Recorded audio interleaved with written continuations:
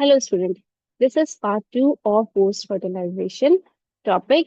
And in the previous video, we talked about the development of zygote into embryo. The embryo के कौन-कौन से development stages होते हैं. We talk about monocot and dicot embryo and also the different types of endosperm. अब इस video में हम बात करेंगे सीड की और फ्रूट की। तो सीड बनता है ओव्यूल से एंड फ्रूट बनता है ओवरी से। तो different type of seeds and different types of fruit we will talk about. So this is the last part of the post fertilization topic. So let's get started. So seed is a fertilized ovule. Seed क्या है? Fertilized ovule. Nothing but a fertilized ovule. अब seed के पास क्या करता है? उसके पास seed coat वो होता है which is made up of integuments. किससे बनता है वो? Integuments से. Then the seed also have cotyledons. Depends upon वो मोनोकॉट है कि डाइकॉट है. अगर वो मोनोकॉट होगा तो one cotyledon, and if it is a dicot seed then it will have two cotyledon. फिर उसके पास एम्ब्रियोनल एक्सेस होते हैं. ये आपको पता है. उसके ऊपर एपिकोटाइल पार्ट होता है जहाँ पे प्लूम्यूल होता है, एंड द प्लूम्यूल जो है वो शूट को बनाएगा. एम्ब्रियोनल एक्सेस के जो नीचे वाला पार्ट होता है उसको हाइपोकोटाइल कहते हैं. Hypocotyl will give rise to radicle, और रेडिकल से क्या बनेगा? रूट. सो ये हमने पहले वाली वीडियो में कवर करा हुआ है. Apart from this there is one thing कि एक वर्ड है पेरिस्पर्म. तो पेरिस्पर्म क्या होता है? जो न्यू सेलस होते हैं, अगर सीड पे उसके कुछ रेमिनेंट्स रह जाए, इस टाइप में फिर वो दिखेगा सीड के ऊपर. ठीक है. So remnants of nucellus, remnants of nucellus on seed. So it's known as perisperm, and it is generally, if you have seen the black pepper seed, तो वो इसका बहुत अच्छा एग्जाम्पल है. तो ये चीजें ना आपके मैच द फॉलोइंग में भी आ सकती है. पेरिस्पर्म क्या होता है, पेरिकाप क्या होता है. पेरिकाप तो अभी हम पढ़ेंगे. ठीक है. देन कॉलोराइजा किसमें होती है और स्क्यूटेलम किसमें होता है. तो ये मैच द फॉलोइंग के लिए टर्म्स याद रखना है. सो पेरिस्पर्म क्या है? It is the remnant of the nucellus on the surface of the seed, and example is black pepper. तो लेट्स से सीड जो होता है फाइनल प्रोडक्ट होता है सेक्सुअल रिप्रोडक्शन का. मतलब जब रिप्रोडक्शन हो जाते हैं, सेक्सुअल रिप्रोडक्शन, तो उसका फाइनल प्रोडक्ट जो होता है दैट इज सीड. तो it is nothing but a fertilized ovule. इसमें seed coat cotyledons and embryo है. सीड जो होता है एल्ब्यूमिनस एंड नॉन एल्ब्यूमिनस, ये हमने बात करी थी. अगर एल्ब्यूमिनस है तो it means it have endosperm, and if is non albuminous तो मींस नो एंडोस्पर्म. तो एंडोस्पर्म के हमने क्या पढ़ा था? मेज पढ़ा था. वीट अगर उसमें है endosperm, so example maize wheat. And no endosperm जैसे कि बीन है, पी. ठीक है. तो these are the example. Groundnut, these are the example of non albuminous या फिर जिसमें एंडोस्पर्म नहीं है, वो स्टोर हो गया cotyledons. remnant of nucellus persistent is called perisperm. beet and black pepper is the example. ये दोनों एग्जाम्पल आपको याद रखने हैं. इंटेगुमेंट्स ही हार्ड होके सीड कोड बनाती है. Micropyle present as a small pore in the seed coat. अगर आप कभी सीड को देखोगे तो यहाँ पर सपोज ये सीड है तो यहाँ पर माइक्रोपाइल, यहीं पर उसके अंदर एक एम्ब्रियो दिखेगा, और यही माइक्रोपाइल एंड पे एक छोटा सा पोर दिखेगा सीड को पे.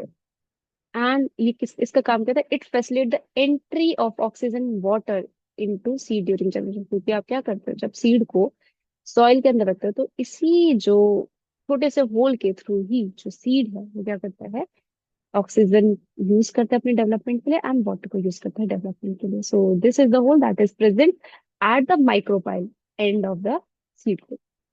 जब सीड मेच्योर हो जाता है, ये वाली लाइन याद रखनी है, सीड मेच्योरेशन पे वाटर कंटेंट कम हो जाता है और जनरली जो सीड है वो ड्राई हो जाता है.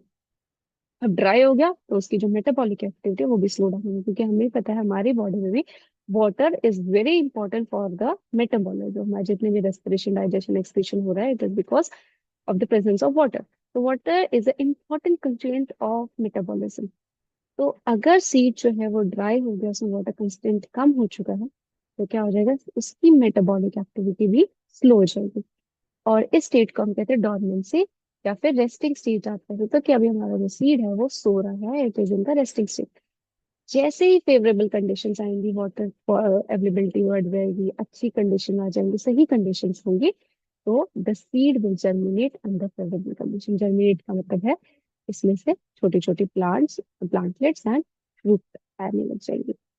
सो this is when there is favourable condition for the seed germination. अब क्या है, ये है वाइबिलिटी. जैसे कि पॉलन वाइबिलिटी हमने पढ़ी थी कि पॉलन कब तक वाइबल रहेगा, कब तक वो जो है पॉलिनेट कर सकता है. Once it release from the anther and then it goes to the stigma. तो ये जो पीरियड होता है दैट इज पॉलन वाइबिलिटी, कि वो कितने टाइम तक जो है वाइबल रह सकता है. It can be 30 minutes like in wheat, और it can be for months. ठीक है, in Rosaceae like Meliaceae that we have studied. So वैसे ही सीड की वाइबिलिटी है कि वो कब तक जर्मिनेट कर सकता है, कितने टाइम पीरियड तक. ओके, ऐसा नहीं आप कभी भी सीड लगाओ तो वो जर्मिनेट करता नहीं. There is a particular time period for a seed to germinate. तो ओल्डेस्ट सीड जो है जिसकी सबसे ज्यादा viability, that is this is that is from a tree Lupinus arcticus. ये कहाँ पे, आर्टिक पे जो है एक्सकैवेट करा था. तो ओल्डेस्ट सीड जो है दैट इज ल्यूपाइनस आर्टिकस. वाइबिलिटी कौन इन्फ्लुएंस करता है, किस वजह से वाइबिलिटी जो है इफेक्ट हो सकती है. स्टोरेज कंडीशन है, नॉन जर्मिनेशन, कि कहाँ पर हमने इसको स्टोर किया हुआ है, ह्यूमिड कंडीशन या ड्राई कंडीशन है. और नॉन जर्मिनेशन, कि वो जर्मिनेट नहीं कर रहा. तो these two influence the viability. Storage है, इसीलिए हम सीड बैंक्स बनाते हैं. जैसे पॉलन बैंक होता है, सीड बैंक होते हैं, ताकि हम उनकी वाइबिलिटी मतलब उनको स्टोर कर सके फॉर फर्दर एक्सपेरिमेंटल पर्पसेस, या फिर हम एंडेंजर स्पीशीज जो है उनके सीड को स्टोर कर सकते हैं ताकि हम आगे यूज कर सके. तो इसमें भी they again we do cryopreservation, कि we store the seeds in very low temperature, -196 degree in liquid nitrogen. Viability loss कैसे होती है, जब फूड जो होता है एम्ब्रियो में बिल्कुल ही खत्म हो जाता है. एम्ब्रियो के अराउंड एंडोस्पर्म वाला फूड था, हमने यही पढ़ा ना, एंडोस्पर्म ही प्रोवाइड करता है एम्ब्रियो को खाना. अब वो खत्म हो चुका है और लेकिन एम्ब्रियो डेवलपमेंट नहीं हो पा रहा है, तो वाइबिलिटी खत्म हो जाएगी. और इवन जब आपने सीड दिया, सीड को जर्मिनेट किया, तो अब जो डेवलपिंग एम्ब्रियो हमारा है जिसके अंदर, जिसने एंडोस्पर्म तो यूज कर लिया बट उसको आसपास से भी खाना चाहिए. तो लेट्स से ये जो सीड है, इसके आसपास खाना अवेलेबल है ही नहीं सॉइल में, तो ये डेवलप होगा कैसे, जर्मिनेट कैसे होगा. तो इसीलिए वहां पर वाइबिलिटी लूज हो जाएगी, it will not able to germinate. Embryo development हो गया, टूट गया, खराब हो गया, जैसा भी हो गया, डैमेज हो गया. डीनेचरेशन ऑफ एंजाइम, जो enzymes which are important for digestion of the food that the seed will intake from surrounding. बाहर से वो जो भी खाना ले रहा है, तो उसका डाइजेशन के लिए, उसका सही यूटिलाइजेशन के लिए जो एंजाइम्स हैं सीड के अंदर, वही डीनेचर हो गए, वही खराब हो गए, तो जो सीड है it will lose its viability. Okay, so this is the part of the seed that we covered. Now we will be talking about the food. अब हम फ्रूट की बात करते हैं. तो फ्रूट क्या होता है, इससे बनता है, it will it formed from ovary. Ovary से बनता है फ्रूट. तो ये होते हैं, जैसे ये ओवरी है, तो इसके अंदर जो ओवियल था ये क्या बन गया, seed. And this ovary becomes the fruit. अब ओवरी की जो वॉल होती है, उसको हम कहते हैं, wall of ovary is known as pericarp. और you can say wall of a fruit is known as pericarp, and it is of three types. तीन टाइप की वॉल होती है. One is epicarp, mesocarp and endocarp. अब epi means बाहर वाले, meso means middle, endo means inner one. तो if you think about a mango, अगर हम मैंगो की बात करें, तो आपने देखा होगा उसकी जो बाहर एक थिन सी लेयर होती है, fleshy layer, that is the epicarp. फिर उसके अंदर एक बहुत जो आप खाते हो फ्लेशी पार्ट जो उसका खाते हो, ठीक है, तो दैट इज मीजोकार्प. एंड जो उसके सीड पे एप्रेस्ड पार्ट होता है, यहाँ पर जो चिपका हुआ पार्ट होता है, थोड़ा सा हार्ड होता है, it is known as endocarp. तो these are the three walls of a fruit.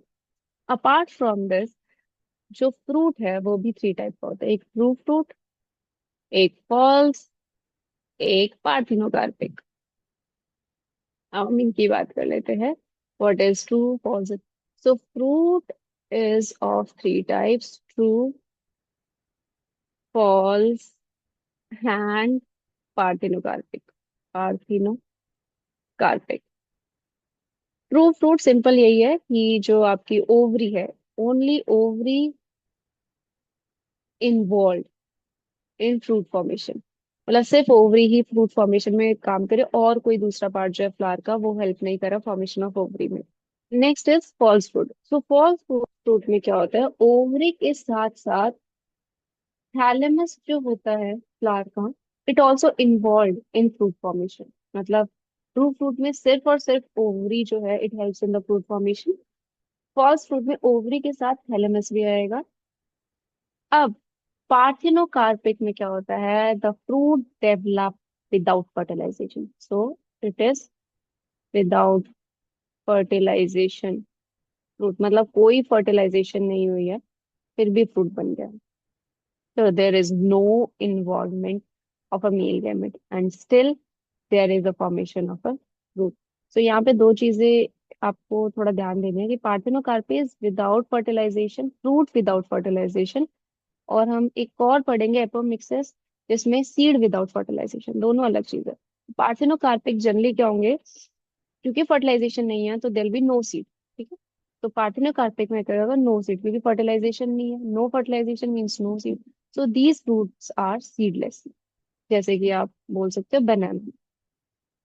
और ऑल्सो भी induced in fruit by hormones. तो अगर आप हॉर्मोन्स इंजेक्शन देते हैं प्लांट्स में तो हम उनको फ्रूट्स को सीडलेस भी बना सकते हैं। जैसे वाटरमेलन है, उसमें बहुत ज्यादा सीड्स होते हैं एंड आई डोंट वांट दो सीड्स इन माय वाटरमेलन। सो आप, सीधी सी बात है, कोई भी जो हॉर्मोन्स है, प्लांट हॉर्मोन्स है, फाइटो हॉर्मोन्स जिनको हम कहते हैं, वो इंजेक्ट कर दो, सच एज ऑक्सिन। तो it helps in the formation of parthenocarpic fruit और seedless fruits. So let's see the diagram. So यहाँ पर diagram of a fruit है which shows the difference. So this is the pericarp, the fruit wall जो जो total है। Then there is, इसको हमने differentiate किया एपिकार्प जो आउटर लेयर है, मीजोकार्प जो मिडल लेयर है, एंडोकार्प जो अंदर की लेयर है, और ये बीच में क्या आ जाएगा आपका, सीड आ जाएगा। So epicarp outermost layer, जैसे कि skin of mango. Mesocarp middle layer जो कि फ्लेश और edible pulp of mango. Endocarp innermost होता है, often surrounded, often hard and stony होता है, तो स्टोन ऑफ मैंगो या फिर peach. So this is the diagram of a fruit showing different part. Next, different types of fruits. So true मैंने बता दिया जहाँ पे सिर्फ ओवरीज इन्वॉल्व। फॉल्स में apart from ovary other parts are involve, example is thalamus. Thalamus is also involve. तो example ये आपको याद रखना है, apple and strawberry. So apple and strawberry are example of false fruit. In these fruits ovary के साथ साथ जो है थैलेमस, यहाँ पे लिखा हुआ है थैलेमस इज ऑल्सो इन्वॉल्व। ये किसका डायग्राम है, ये स्ट्रॉबेरी के लिए बता रखा है कि ओवरी के साथ साथ थैलेमस भी जो है फ्रूट को बनाने में हेल्प कर रहा है। यहाँ पे पार्थेनोकार्पेट जिसमें विदाउट फर्टिलाइजेशन फ्रूट फॉर्म होता है, example banana and seedless grapes. So let's talk about fruit.